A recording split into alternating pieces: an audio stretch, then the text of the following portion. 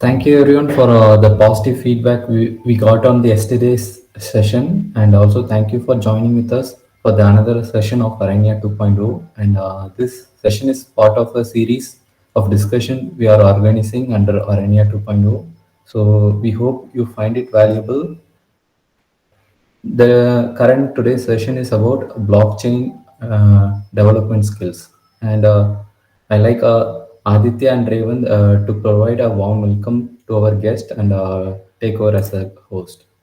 Guys, you can. Yeah, thank you, Arnold. I hope my video and my voice is clear. Yeah, go on. Okay, so let us begin. Uh, Good evening, everyone.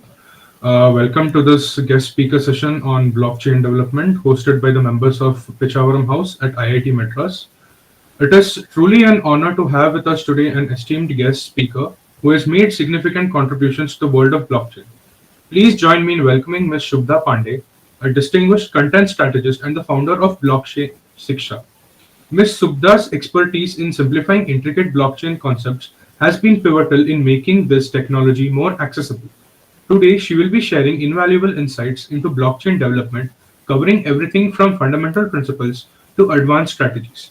Whether you're a seasoned developer or just beginning your journey, this session promises to enhance your understanding and skills. So let us give a warm welcome to Ms. Shubda and get ready to boost our blockchain development capabilities. Over to you, Shubda ma'am. Please go ahead. Hi all, thanks for inviting me.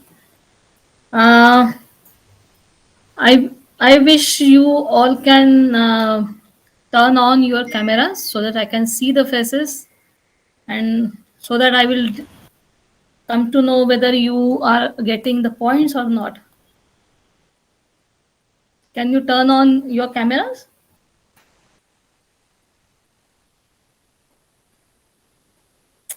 Okay, I will begin with my introduction. I'm Shubhada Pande. I'm founder of blockchainshiksha.com. It's my personal blog uh, targeted towards blockchain niche. Around my 90 blogs are already published on that. With that, I'm working with JumboBlockchain, which is a layer 1 protocol as a social media manager and handling their social media part and business development part also. So I will tell you about why Jumbo Chain, but if you agree, we will start the session. Should we? Yeah, ma'am. Yes, ma'am. And yeah, feel free to ask me questions. No doubt, we will cover up during the session or at the time of at the end of the session. Yeah, ma'am. During the Yeah, session, you can just go ahead with the presentation and yeah, questions we can take at the end of the session after everything has yeah, been covered. yeah. Yeah. No, So, guys, if you have any yeah, doubts, make sure to note them down, post them in the questions tab, and we'll make sure to address all of your questions at the end. So, stay tuned. Thank you so much. Please go ahead, ma'am. yeah. Uh, I will start with the basic concept of. Can you start the presentation? Oh, yes, ma'am, sure. Yeah.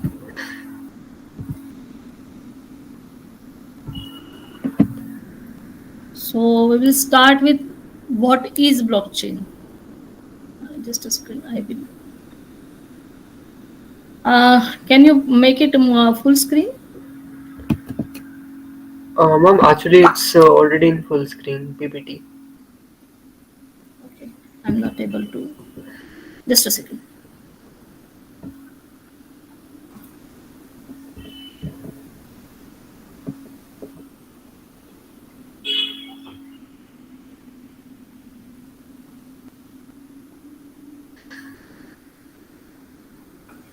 Yeah. We'll start with what is blockchain. So, as the name suggests, blockchain is chain of blocks, block and chains. So, it's a distributed ledger, and like in centralized system, we define it as a distributed ledger. Why it's a distributed ledger? because in traditional way of database, that there are many servers or nodes. In case of distributed ledgers, the complete data is not stored at one place. There is no central authority to regulate or to which has control over that data. That's why it's a blockchain. So in that block, it is termed as blockchain is cannot be tampered with. Why it can't be tampered?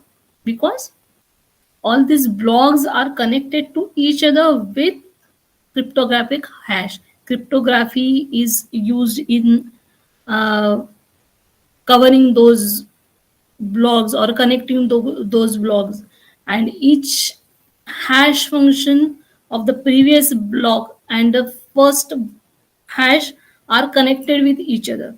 So if someone tries to tamper or to make fraud in that uh, database, entire chain, entire nodes, if there are nodes, uh, whatever the nodes connected in that blockchain, get the notification that someone is trying to tamper the data. Like in case of Ethereum, there are 22,000 nodes working together to create a block.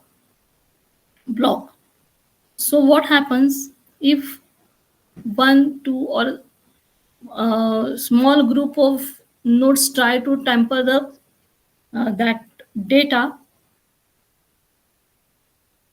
Each and every block in that node in that blockchain, and the system starts uh, stopping it from fraudulent activities, and anyone can trace it from which nodes the tampering or fraud or something is inappropriate activities are going on.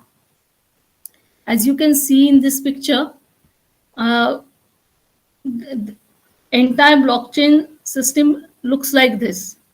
There are computers, there are business entities, there is main blockchain, and everything is connected with nodes. Nodes are the, what we can say, lifeline of that blockchain. And the consensus mechanism, smart contracts, there are many other factors which comes into the blockchain. Can you slide to next one? So we will start with the four key concepts of the blockchain. One is distributed ledger, shared ledger. Means each and you can compare it with your notebook. If you are 15 students and each one is having a notebook, but the specialty of that notebook is, even if person A writes something, it gets copied to all the 15 notebooks. If someone erases it or changes it, it gets notified to each and every notebook uh, in that loop. We will say. The second concept is cryptography. Cryptography is can be defined as a secret coding language. The cryptography is generally it is converted into bits, 16 to 56, and these are alphanumeric hash functions which cannot be tampered or which cannot be recreated for everyone.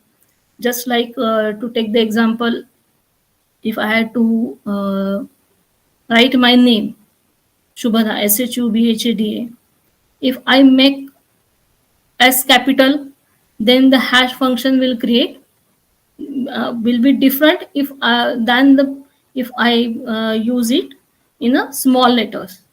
If I write complete my name in small letters, the hash function will be different. It is in capital letter, the hash function will be later.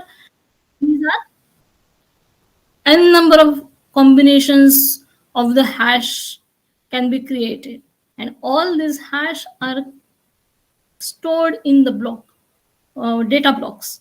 and these data blocks are connected with each other.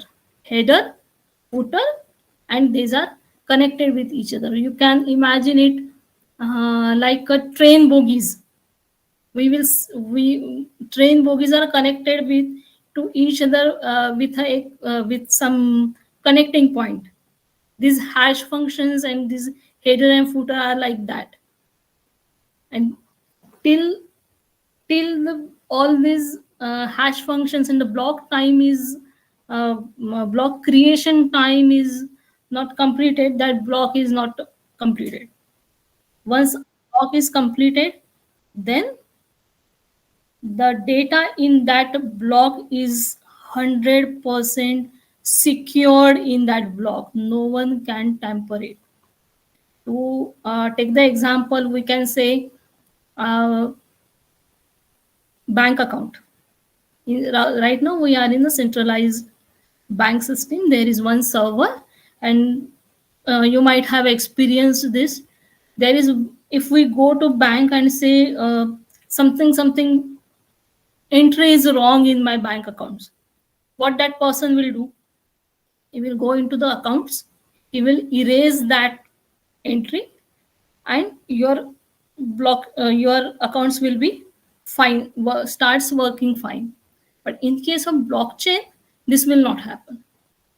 Why this will not happen? Because the data once stored in the blockchain cannot be erased, immute.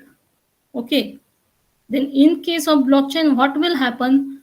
That bank person has to make another entry saying there was error in block number this and this.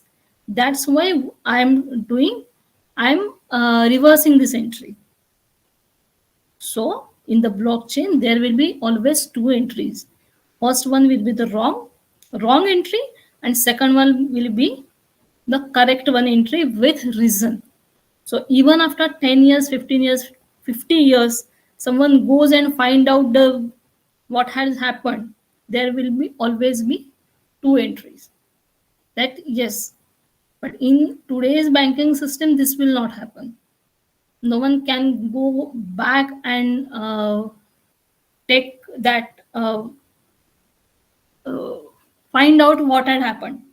There will be no stresses of fraud, and that's why when we listen to in the news that some bank has created a fraud, gave loan to someone who was not worthy. Why this happened? Because there was no tracing of the credit limits or that person's financial health. There was no foolproof record of those transactions. That's why people are taking loan from one bank and still they are taking keeping same mortgage and taking loan from another bank. This will not happen when once blockchain will start adopting being adopted by the banks. Someone was asking question. Hello. Yeah, ma'am. Please go ahead. We'll take the questions at the last. Okay. Yeah. Yeah. And then comes the consensus. What is consensus? Now you will say how the blocks are created. There are multiple number of servers, nodes all over the world of the same blockchain. Then who will uh, authenticate that uh, uh, transaction? For that, we have a consensus mechanism. It's a decision-making process in simple languages, in simple language. So,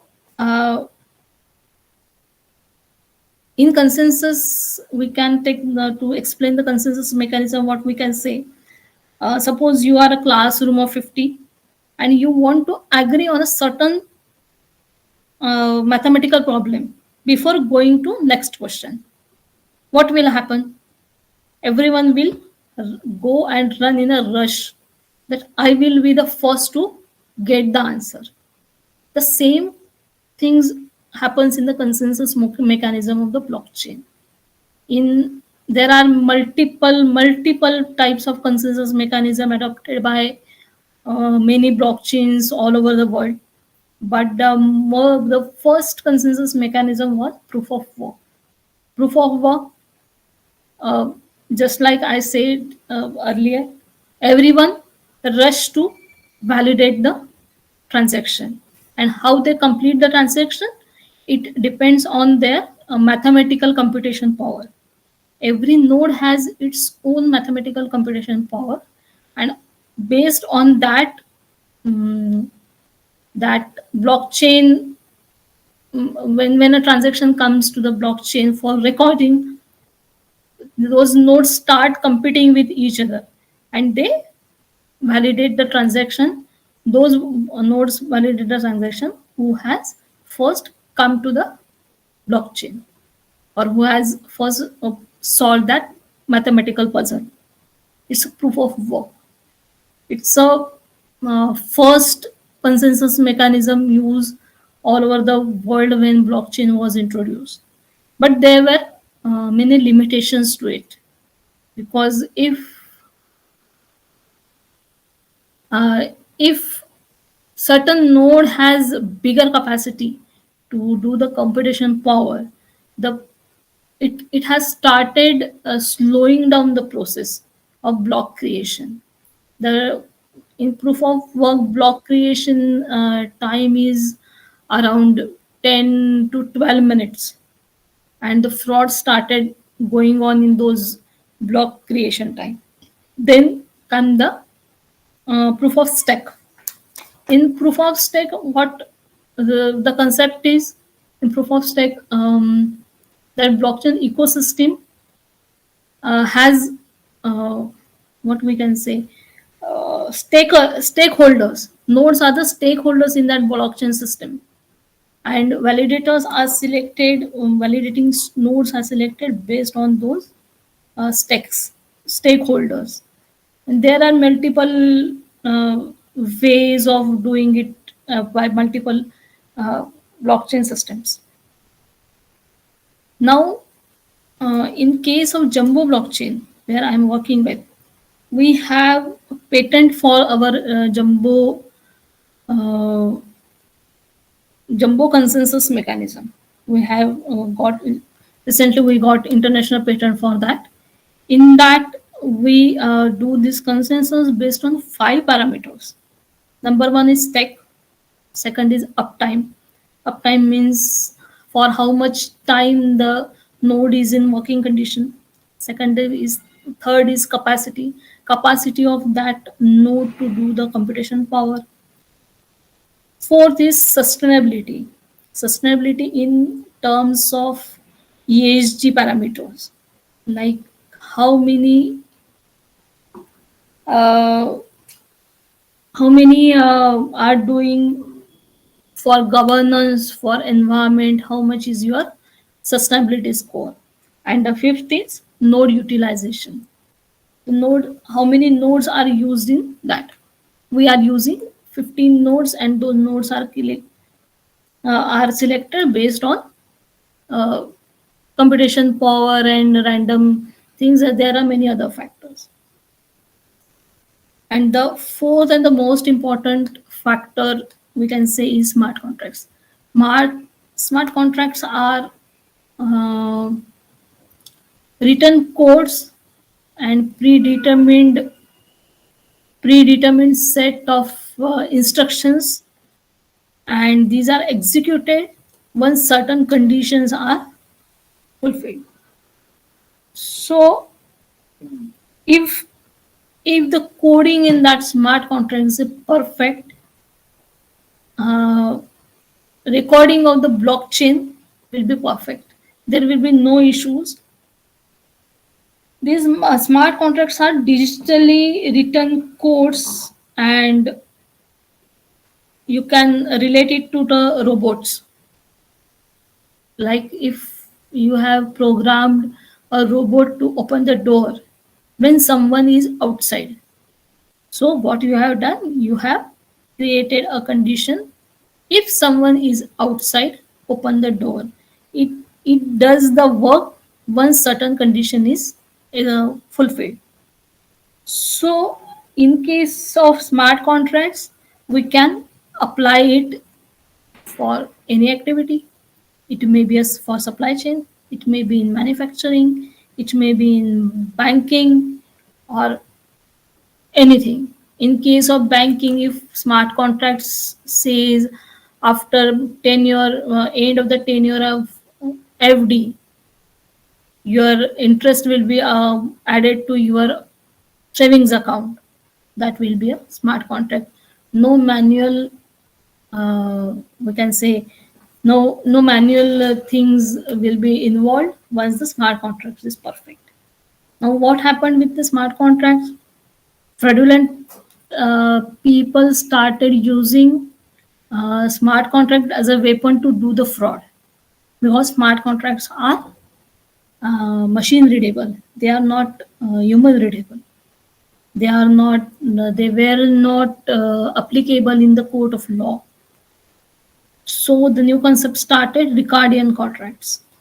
Ricardian contracts are uh, generated using computer codes, no doubt, but along with uh, human readable terms and conditions. So if I am a party to the smart contract, I can read what are the terms and conditions I have agreed upon while signing or while doing the transactions on blockchain.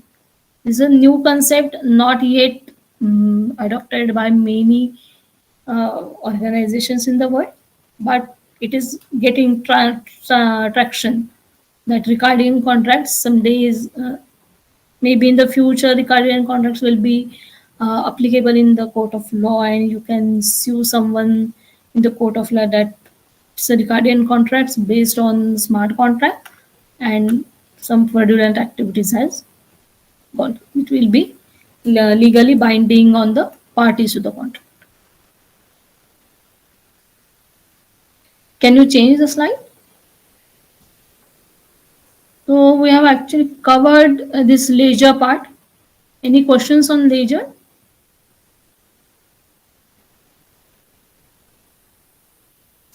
Hello?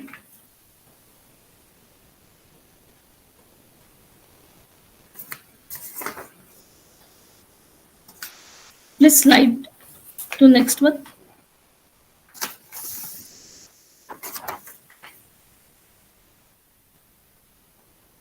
So we have already covered this one. Next slide, please. Before it, one more. Backward one more. Yeah. So how this distributed ledger work? So in the first stage, transactions starts with digital signatures. Now these digital signatures, you all know what are digital signatures, and digital signatures are encrypted so that it cannot be copied or tampered by someone else. Then if I'm doing the transaction, say I'm using it for supply chain, I have authenticated the transaction using my digital signature, then it will be broadcasted to the nodes. Then nodes start its validation process using the consensus mechanism of that blockchain. Then nodes aggregate validity on blocks. Then the validated transactions get stored in the blocks. And once the capacity of that block finishes, or the time that block time gets over, generally in the market, the block time varies between to 10 to 12 minutes is the maximum. To now our jumbo blockchain, the block time is in milliseconds. Today we have achieved one milestone in our blockchain. We have achieved 15 milliseconds of block time. It means that block is created in the gap of that block time. maximum what we can the most important advantage of that reduced blockchain block time is uh, say take an example, if a person is doing one transaction or taking one loan at the start of the block and the block time is may, like in case of ethereum it's 12 minutes. If he takes loan and he repays it back in that gap of 12 minutes, what will happen? He can do a hedging in those 12 minutes. Hedging of the interest, he can earn something, he can use that. Anything, any fraudulent activity can be done in those gap of 12 minutes. But if the block time is in milliseconds, with the blink of the eye, the block will be created. So there will be no scope for any fraudulent activity within that milliseconds time, and that's the one of the biggest advantage or feature of Jumbo blockchain. Then the block is created and it's the true state prior to the block. I hope everyone is getting everything because I'm not getting any response from your side. Yes, ma'am, we are getting. Yeah. Uh, Please move to the next slide. So smart contracts we have seen. Smart contracts are embedded in the blockchain and executed within the with the transaction, are verifiable and signed. The blockchain insider team of that any layer 1 blockchain or layer 2 blockchain can validate those codes, but with consensus mechanism again. And it is various types of programming languages are used. There are many, few people are using python, solidity, and everything. We are using python, golang for our development process. And mm, actually smart contracts are backbone of uh, that blockchain system, because if the smart contracts are not properly designed, properly coded, then anyone can tamper, any fraudulent activities can be done in that blockchain. Next slide please. Privacy. Why privacy? Because uh, if I'm a person, like in centralized system, we are using centralized systems nowadays, we have observed that whatever transactions we are doing or whatever social media we are browsing on Google, we get similar kind of advertisements in our on our page. Why this happens? Because someone is using my personal data, my habits, my likings, and pushing those advertisements to me. Why this is happening? Because my private data, which might be stored on social media platforms, are shared or controlled by some central authority. And in case of blockchains, we don't have that problem, because if I am a person and uh, I don't want my personal data to be shown by anyone, I can create pseudonym on blockchain. Like Ethereum has Ethereum naming system. Many companies are using DIDs. So if I share my DID to someone, then and then only they can see my data. Even now in many cases, Ethereum is using that naming system. Means I can share my name as Shubhada.eth. That's it. That name has a coding and it has in the background my complete data. But till the time I don't validate someone to see my data, or I give my permission to see my data, no one can see my data. In crypto transactions also, we can use it. Then there are private and public keys. If someone has done transaction on with cryptos, they must be knowing there is one a valid address and there is one private key. That we can define public key and private key as two different things. Public key is like your mail ID, you can give it to anyone, and private key is like your password. It is only with you and you have the access to it. In my Binance account, I can share my public key to anyone for doing the crypto transactions, but for seeing my transaction and for operating it, I will use my private key. For Binance, they have many multiple security layers they have created, just like they have fingerprint authentication, mail ID authentication, mobile number authentication. There are multiple layers of authentication.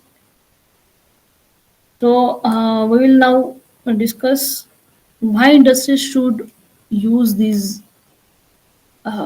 blockchains. What's the use for them? Right now there are many database systems. Then why blockchain? Actually, it reduces the cost and the complexity of the data. If I'm using it for my manufacturing processes, I can easily eliminate the intermediaries. I can streamline the process in the form of smart contracts, databases, codes, and I will minimize the cost of intermediaries.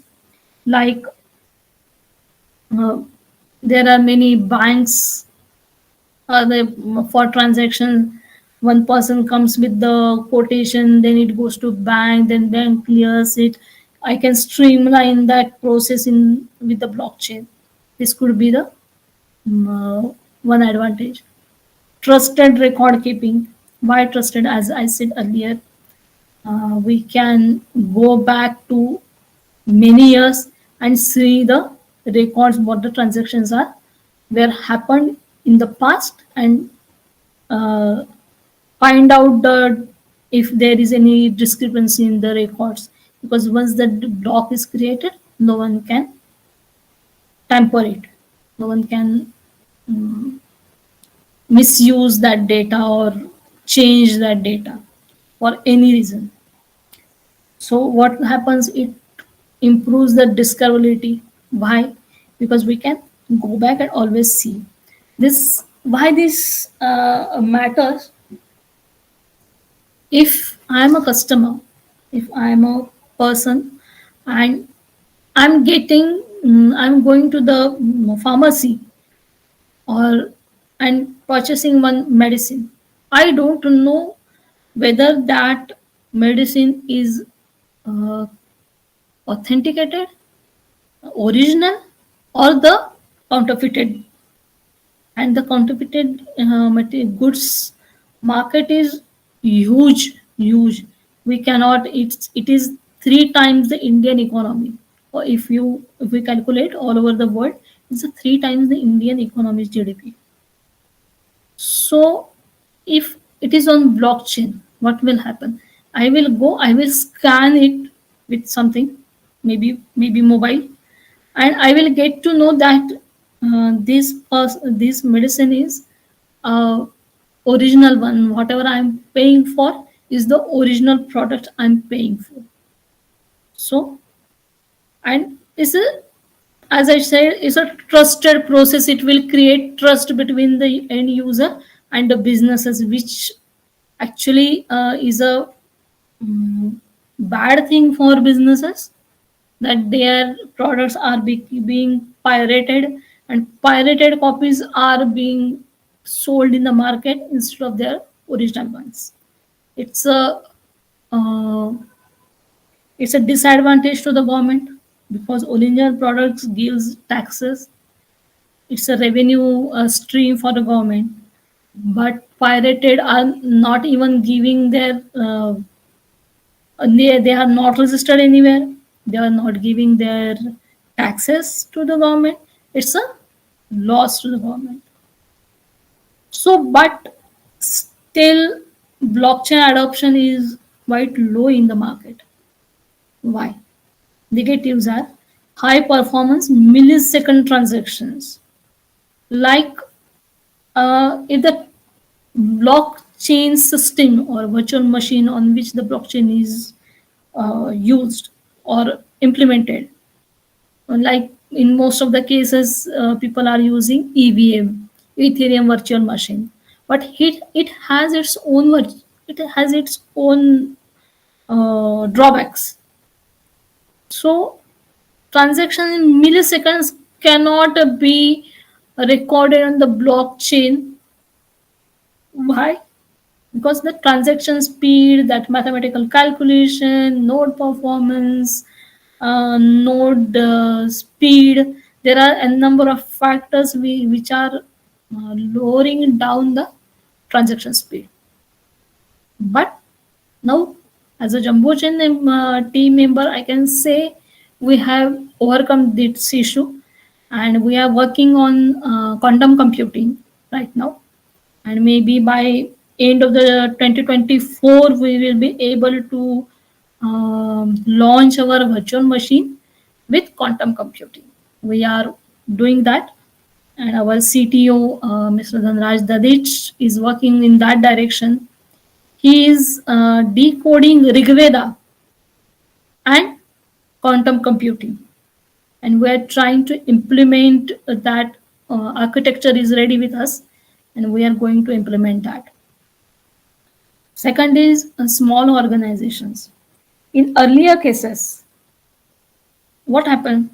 The implementation time, entire data of the business and its implementation on the blockchain, it was a lengthy process, maybe 3 months, 4 months, 6 months, 8 months.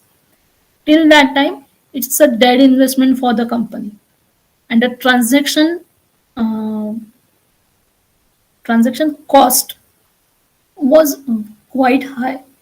In case of Ethe- uh, Ethereum, ETH, it's around 1 USDT, around 80 rupees. We can 75 to 80 rupees. So, for a smaller business or a big business also, they are not ready to pay that much amount, that much transaction cost for every transaction. So, what happened? The adoption was less. In case of Jumbo chain, our chain is so super fast. Our transaction cost is limited to 6 to 8 paisa per transaction, not rupee, paisa. So if a product is sold for 5 rupees MRP, company can afford 6 paisa for original products. So in earlier, in many, and another reason for not adoption of blockchain in companies is mm, if company is already using some ERP system like Oracle or JD Edwards or something else, that integration of blockchain and previous database was quite a glitch, or their API was not that much easy to use that they can easily move from one database system to another one.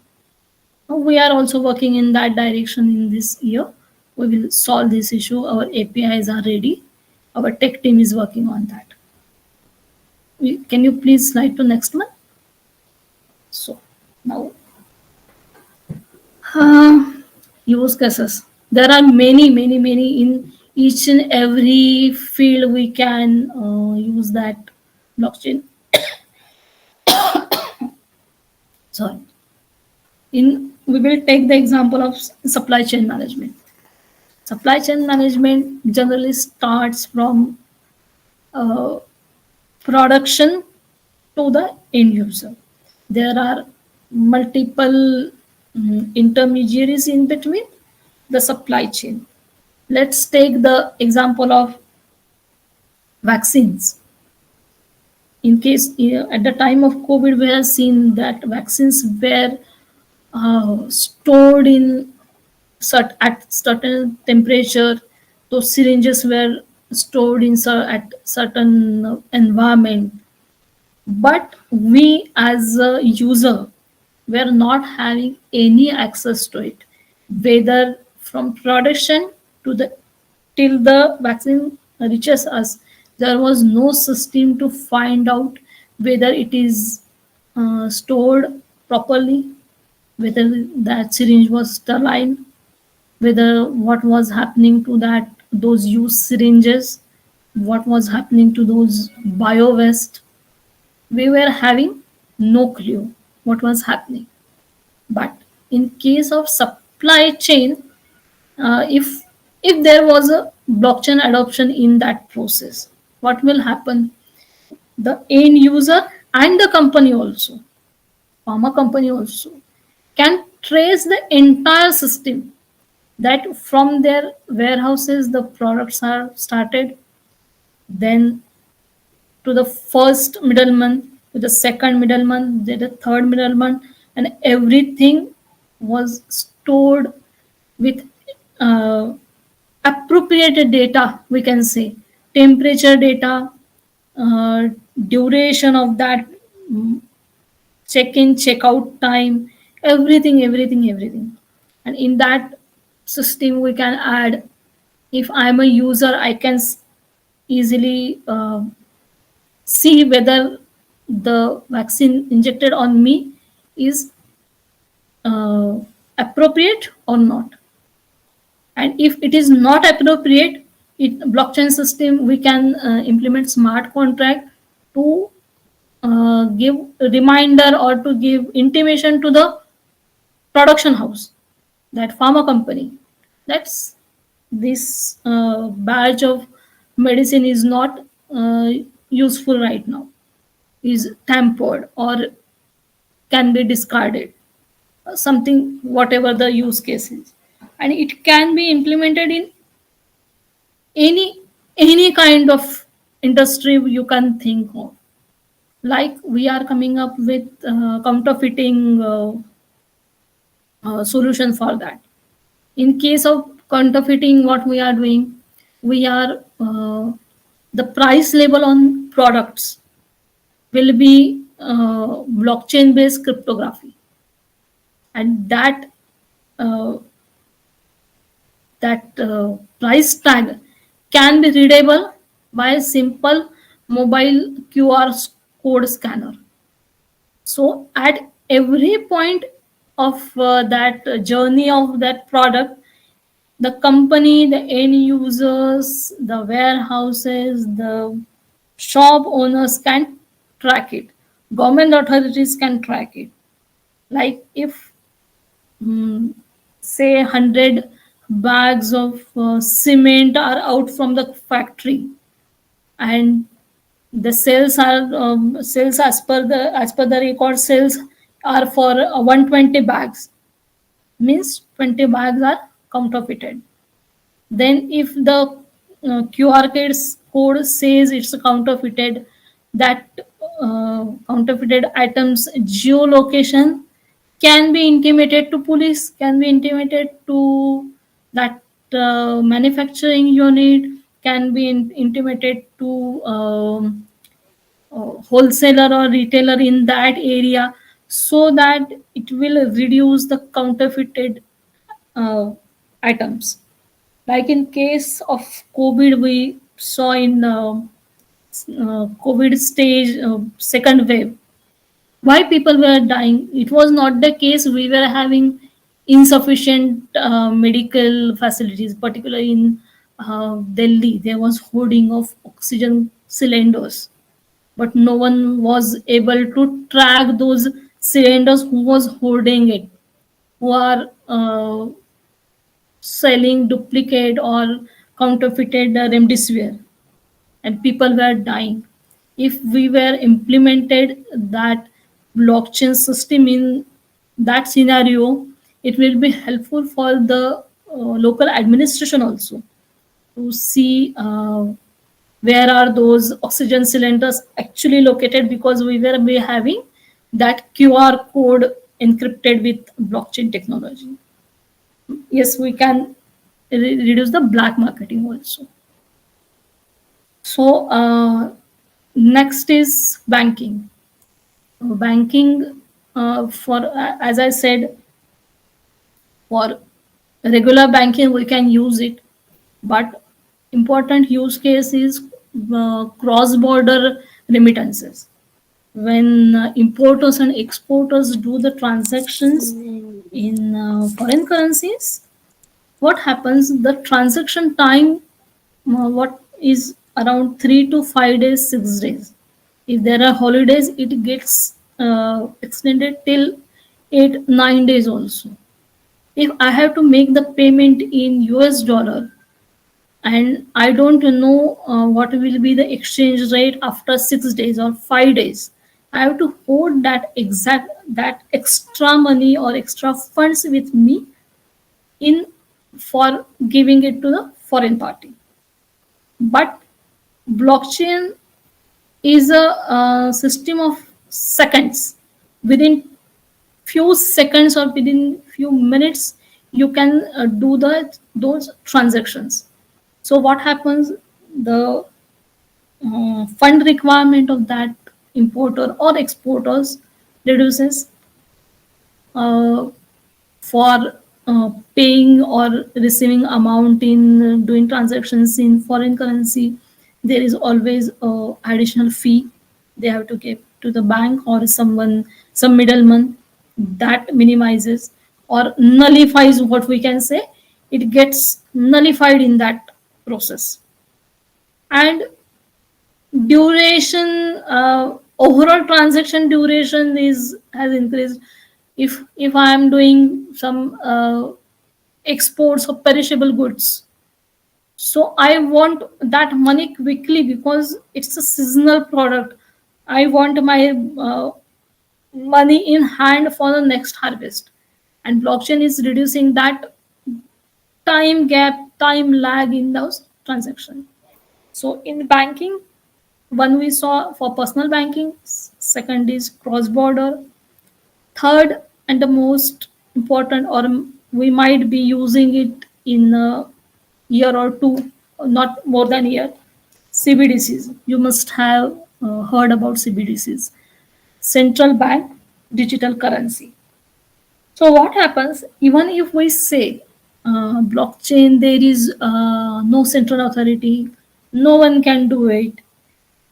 It is valid in case of cryptos, but when we come to our legal tender, rupee or US dollar or yen, what happens? There is one central authority, central bank of that company, or sorry, not company, that country, that holds has a regulatory authority for that currency. It is it determines the net worth of that country. So the CBDCs are nothing but digital currency backed by blockchain technology. Again, it will function just like our cash or just like our UPI or something else, but it will be backed by government. It has a regulatory government, or RBI has a regulatory authority. Already, pilot project on CBDCs are going on. In 12 banks are doing it. These banks are ICICI, HDFC, State Bank, and other 12 banks are running pilot projects for mass adoption of CBDCs. So we can expect within a year, you and me will start using CBDCs in our daily life, just like we are using UPI. UPI is again a digital entry. I will not say currency. It's a digital entry in the bank account. So third use case, what we will discuss is carbon credit. Carbon credits are when a company or when a software company or manufacturing unit is there, there is always a emission of some greenhouse gases, maybe a CO2.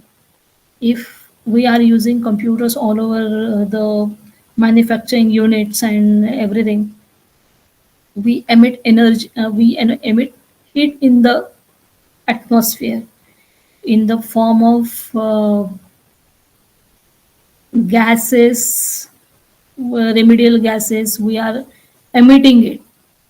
So, to stop or to discourage or as an incentive for that uh, carbon emission, to discourage the carbon emissions, many government authorities, international authorities work in that direction, and they give carbon credits, carbon tokens, we can say in layman's language, to those companies. If your carbon emission is less, is within the prescribed predetermined limits, then you will get that tokens. So in that case, what happens if earlier companies were reluctant to do take measures on curbing the uh, hazardous gases and in the environment. Now they have incentive to take that advantage, and these green tokens are tradable in the market, so they can earn from that. And like we are doing one pilot project with one company with the jumbo chain. What they have done, they have installed IoT devices in the that pilot project all over that area, so that those IoT devices measures how much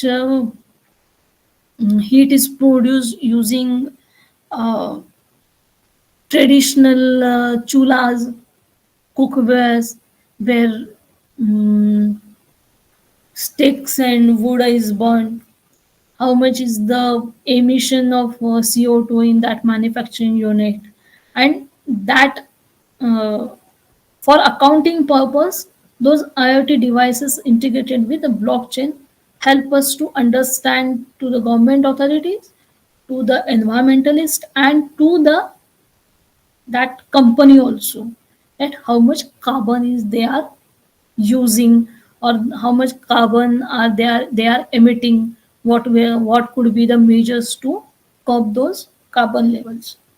So we can make that system, measurement system, more accountable and transparent for every stakeholder in that ecosystem.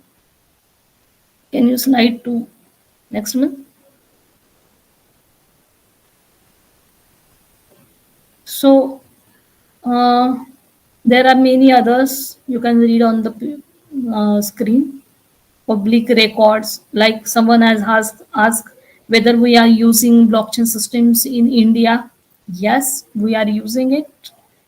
For real estate records, Pune Mahanagarpalika Municipal Corporation is using blockchain for real estate land records. Uh, there is one port in Gujarat. They are using blockchain for recording their transactions, and in Tamil Nadu, Andhra Pradesh, they are using blockchain for their transport data. So there are many other projects are going on. Niti Aayog and uh, what that name is. Uh, they are trying to adopt it for healthcare services. The railways are exploring way how we can use it for cargo transactions and ticketing. So people are working in that direction, and slowly adoption is increasing. And there are many companies in India, private companies also, they are coming to blockchain. So the adoption is good, and by 2030, it is expected that 60% of the industries will be on the blockchain because of its features. Can you slide next one? So I would like to tell you more about Jumbo Chain because we are a patented one, and we are proud to be a patented one, registered in India, developed by Indians, were taxpayer in Indian, and working will be working all over the globe. So why we are different than others? We are layer one protocol. Let's take yes, Swadeshi Tech. Yes, we are Swadeshi Tech, and we are proud to be a Swadeshi Tech. Our founder is getting offers from Dubai and China for registering this blockchain in their country, but we are denying that we are Indians and we are proud to be Indians. So we are here only. So we are a layer one protocol. We have uh, developed the code from scratch, from zero level. We have not taken help of anyone else. We have not outsourced anything. We are in-house only. We have two patents right now. One for our sharding protocol. Yeah, I have not told you this sharding part. I missed that. I will tell you. In sharding, what happens? Uh, Data blocks or data structures or whatever you can imagine are uh, distributed into small parts, and that those shards, it is for uh, curbing the data size, or we can, in our layman's language, what we do with zip files, we minimize that time, that data, to a smaller part. But in a dynamic sharding, what other people are doing, in every shard that data is being stored. If the data size is 1 GB, and there are, say, 22,000 nodes, those 1 GB data into 22,000 nodes, that much storage capacity will be required. But in case of jumbo sharding protocol, what we are doing, only 15 nodes will have 100% data. Those 15 nodes will be those who have validated that transaction. So if the data size is 1 GB, we will need 1 GB into 15, that much storage capacity. And then you will ask, what about other nodes? What will happen to that? If someone tampers, what will happen to that? Then in that case, in other nodes, apart from those 15 validating nodes, they will be having header and footer of each and every transaction. So even though the data is 1 GB, the header and the other nodes will store only header and footer of that data. So if someone tries to tamper that block, what will happen? Each and every node in the jumbo chain ecosystem will get alert that someone is trying to tamper the data, and that's the specialty. And the second, next is our feature is jumbo consensus mechanism. I have explained, we are using it in based on 5 parameters, and we are aiming for transaction speed of 2 lakhs transactions per second.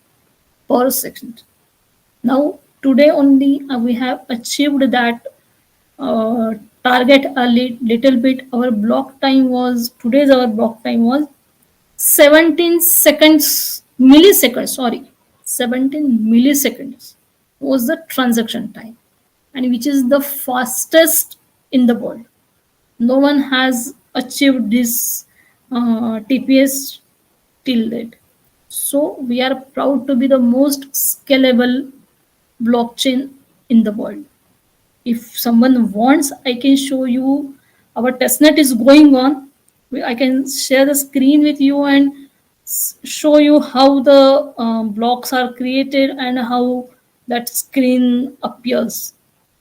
Or at the end, we can see that. Can you to next month?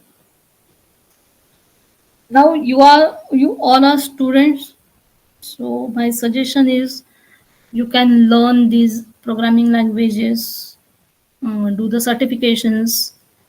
There are many organizations you can do that certificates. Hyperledger is doing it, edX, Coursera, everything.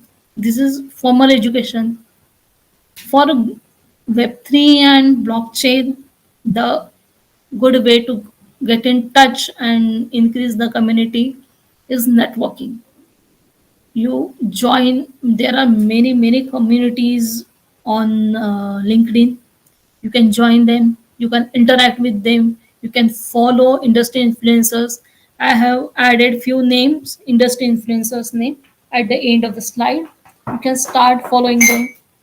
Those uh, most of those influencers are itself a education, and those influencers are so reachable to everyone in their network. You can ask any question to them, they are always open.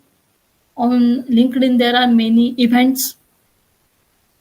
You can join those audio events, video events, and most of the events are uh, have question and answer session at the end, but understand from them. We at JumboChain also do events on regular basis. These are the names of industry influencers. You can follow me on LinkedIn. I'm always on available on LinkedIn. You can get in touch with me anytime. Now it's been around more than 600 days. I'm continuously writing on LinkedIn about the same blockchain niche. So I have good regular in blockchain. You can anytime reach out to me for around 12 to 15 hours. I'm on LinkedIn on any day. So you can reach out to me, you can ask me question, you can tell me to write something on some projects, some topic. I'm always open to you. So these are my links. Follow me, and I think we can now go on for a question answer session. Yes, Okay, ma'am. now Thank you if so anyone much of for you that. have any questions, you can ask. Yeah. We'll take the questions from the question and answers tab. We'll go by popularity. So the first question is from Athi. Athi wants to know where one should begin in order to be a blockchain specialist.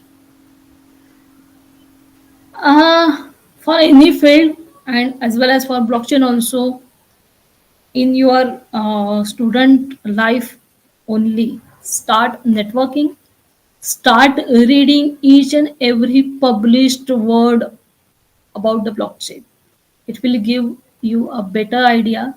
It will give you an idea whether you are suitable for which profile. You can go for, are you a developer, you are into testing, architecture, research, and many more things you can do in that. But the crux is read and engage with industry experts in whatever way and in with each and every possibility of possible opportunity. It's the crux. Yeah. So Athi, I hope that answers your question. The next one we have from Shiva. He wants to know he wants to ask you how do you see the relevance of the blockchain development in various industries in the next 5 years? And do you recommend learning development with Web 2.0 before venturing into Web 3.0? Actually, I will answer the second question first. Web 2 and Web 3. In Web 2, we are in the centralized way, and Web 3, we are working in a decentralized. So, if you can understand the Web 2, you might be, it will be a easier journey for you to get into Web 3. But it is not necessary that you should start programming languages and development in Web 2 and then jump to, because programming languages are the same. Python can be used in Web 2 as well as in Web 3, right? But how you are implementing it is the crux. In you can have that GitHub ID. You can engage with the smart contract contest.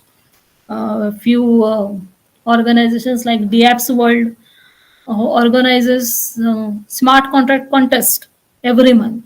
Now their 13th or 14th contest is going just over. You can participate in that so that you will get a better understanding of your capacities, whether you will be uh, best fit for development, Web 2, metaverse. There are n number of possibilities with uh, blockchain.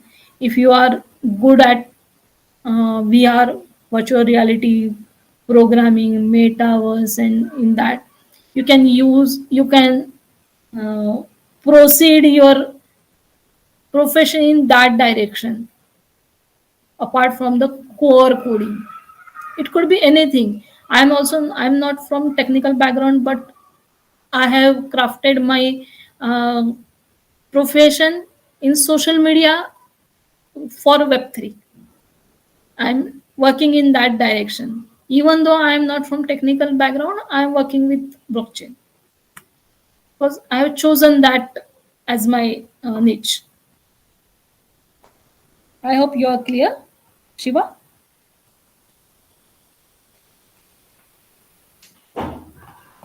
Yeah, Yeah. thank you, ma'am. The next question is from me. I wanted to know, are there many corporations in India who are using this blockchain technology in their company? Because I've heard that Reliance Industry uses it to maintain a record of their shareholders' data. Yeah, there are n number of companies who are adopting.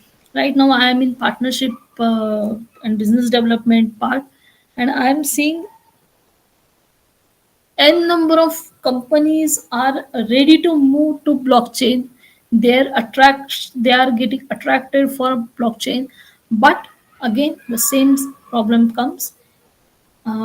If they get low cost blockchain for their products, they are ready to come.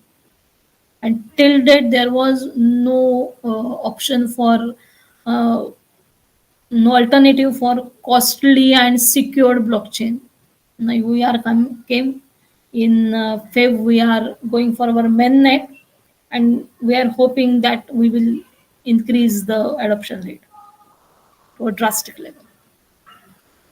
So So it's there good are to know that. many opportunities in blockchain industry. Yeah, so it's really good to know that this cutting edge technology is being adopted by all the Yeah, companies. yeah. Yeah, People so are that's exploring. Right now, the because of those drawbacks, people are hesitating to adopt to it. But okay, it will get over soon. yeah. So the next question is from Shri Harish. He wants to know if there are any programming languages out there to learn the blockchain. Yeah, programming languages are mainly people are using Solidity and Python, Golang, and if you are learning it, it's good. And for practical experiences, internship is the must before jumping into the job. If you get internship with any startup or a company, the knowledge, practical knowledge, whatever you will learn in those internship period will be mm, will decide your career path to a large extent. So you can learn those languages while working with them. If you have basic knowledge, you can develop there. You can have multiple options. Yes, ma'am. Shri Harish, I hope that answers your question. Next up, we have Dinesh Bala.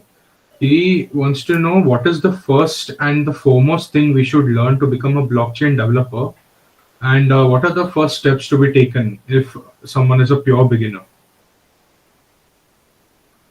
For becoming a blockchain developer, programming language is the must. And second thing is internship with a startup or a established blockchain.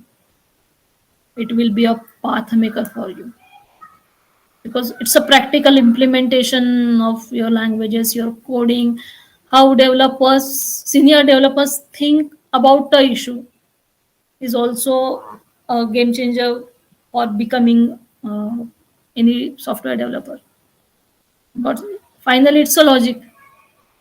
So you can use that. You can, if you want to improve, you can read medium blogs of those established blockchains like Ethereum, Solana, Hyperledger, all are having their documented strategies, codes, everything available on the internet. You can go, you can browse that, you can try to understand what they are doing. Okay, this is the code and this is the outcome. Anything. GitHub you can use, you can create your portfolio on GitHub so that whenever you will go in the market as a fresher, you will have something to show that I have done this projects on GitHub. These are my internships. This is that I have involved in smart contract competition, and now I am go to the market, ready to go. It could be a good strategy.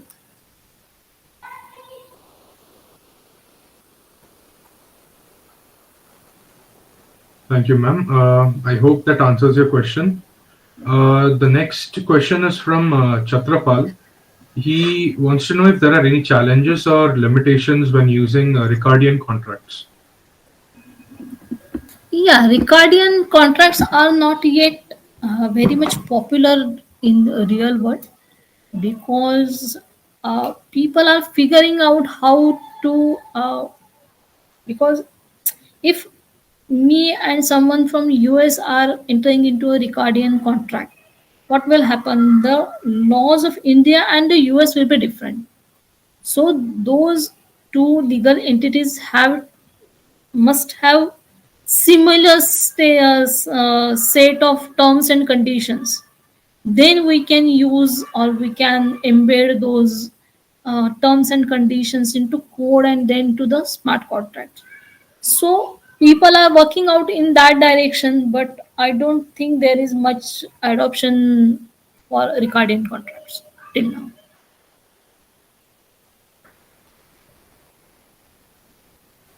So, Chatrapal, I hope that answers your question. And the last question for today we have is from Siddharth. Siddharth wants to know how the blockchain technology can be implemented to fight fake news. Right? Fake news. Oh, that's interesting. Uh, if in fake news industry, what happens? From the sources is the pretty used word for fake news. They don't disclose the source. If if the transaction or the news media channel is on blockchain, what will happen? Every time the news being getting published, the news reporter must give its source. We can embed that in smart contract.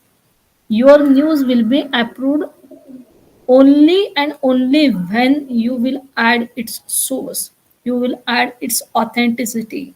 If there is one statement, we always see that uh, there is one statement goes viral, that some person ABC has said something something, and people start accusing that person, trolling that person, and that first that ABC says, no, I have not said this statement. In that case, we will be having, if the first source, like you take the example of Twitter. If news is first published on Twitter, then Twitter has that source, that this user has first published this on Twitter. So we can backtrack that news till the person who has started the spreading that news. Then that person could be answerable to that statement. Why you have sent this? On which basis you have published this news? Okay, this is the recording. Then what was the context? What, for fake news, what people do, they don't tell you the background of the story. They just release one statement and people start trolling. But sometimes the intended meaning of that statement is different, and what people understand is different, and it creates a fake story. So in that case also we can use this system, because we have all the transaction data with us on the blockchain. It is recorded on the blockchain. Okay, so Yeah, before we wrap up, I want yeah. to express my gratitude to Shubhada ma'am for her valuable contributions and to all the participants for making this session vibrant and insightful. Your engagement has been remarkable, and the richness of ideas and perspectives shared today underscores the strength of our community. And thank you all for being here. Until our next session, keep the enthusiasm alive and have a great evening. Thanks Yeah. everyone for inviting me. I really enjoyed the question answer session.